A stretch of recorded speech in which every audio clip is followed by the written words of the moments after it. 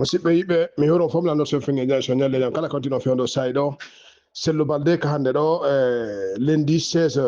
décembre 2024 13h56 minutes heure de Freetown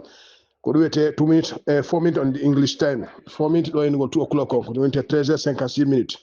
haray voilà yawi kon taw wiyete ndeke jama men foppete moɗon foppete muɗum e nder aduna Allah kala kaɓe hikkori e wedanike kala moko baɓe ka hikkori e leydi Sierra Leone ɗo ha ka hikkori ko yaasi e wedanike e lanɗo leydi ɗo kañum président Diallo Soumada Biou ha hewta vice président o ha hewta almami men o almami Ahmed Sadio Diallo ha hewta Elhadji Oumarou Sano Bari laamiɗo ka FPU ha hewta Elhadji Amadou Julde Sow ha hewta ka tabita pulako Sierra Leone chapter international ha hewta boko ɓe men fof e organisation ji ɗin e nokkiɗi fof e kala ka hikkori e ko wattiɗon ko kadi yare vidéo no jenduɗe ɗo kadi mi vidéo nokkiɗi bo yimɓe ɓoyadelamo ka privé wondema yimɓe ko piyaga yimɓe barmina woɓɓe inde yimɓe wara hay goto piyaka Sierra Leone ɗo hanki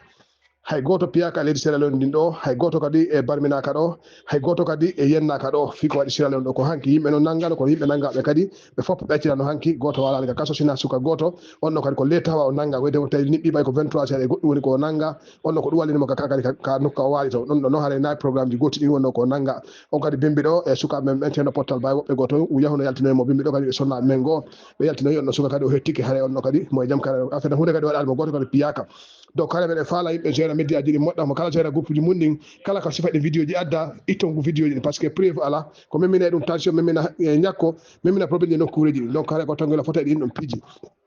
haɗa ko tiɗon ko kadi ɗon andi leydi ndi ko jeeyadi haɗa fof traitement ɗen laamama kala no mari ko humori haɗa kala ko ural ko sengo makko baɓe ma communication ji yimɓe watta hafinaɓe firtinde gonɗon sengo ɓen haɗa jama ko rento e mum e winda wola windugo ko woni o ma partage go ko woni o sa ɗon aɗa jona yimɓe en e probléme e musuhore donc haɗa fof weltanama on jarnama haɗa yalla ɓeydan en jaam e question haɗa ko anti go kadi jamma on kadi e goɗɗo sa jokka e hunde jokkatama haɗa fewndo o sayi ɗo piiji ɗin ko ɗum ɗo fewndi koye wakkilo toroɗen Allah sahaba nafo haɗa Allah ɗon jaaɓi e kala ko yiiɗa waɗi ko batti waɗi haɗa miññita kadi ko ɓuuri moƴƴude inchallah haɗa kala koye wakkilo e tippina fondo mum o wone ɓaawo e moko ba men e ɓaawo e laaɓi ɓe men continue programme ji men ɗi mo kala ka hikko ɗon ɗofto sariyaji leydi ndi inchallah assalamu aleykum wa rahmatullahi wa barakatuh